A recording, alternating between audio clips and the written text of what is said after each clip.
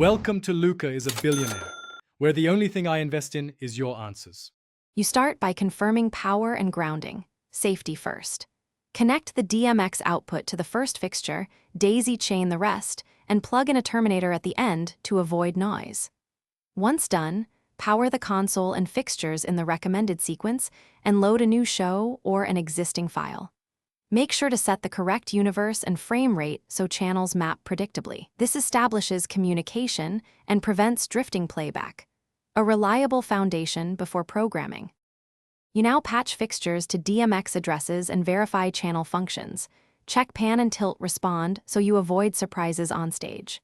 After patching, create groups and assign those channels to playbacks or faders for quick control. Once grouped, program simple cues that set intensity, color, and position, record them into a cue stack. Make sure to test transitions and timings.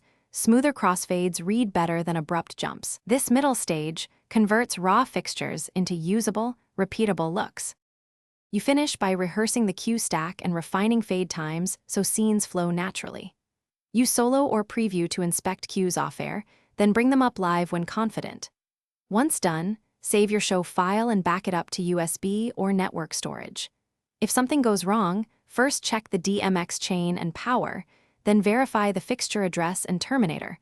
Often a loose cable or wrong address is the culprit. This final pass secures the show and prevents mid-run surprises.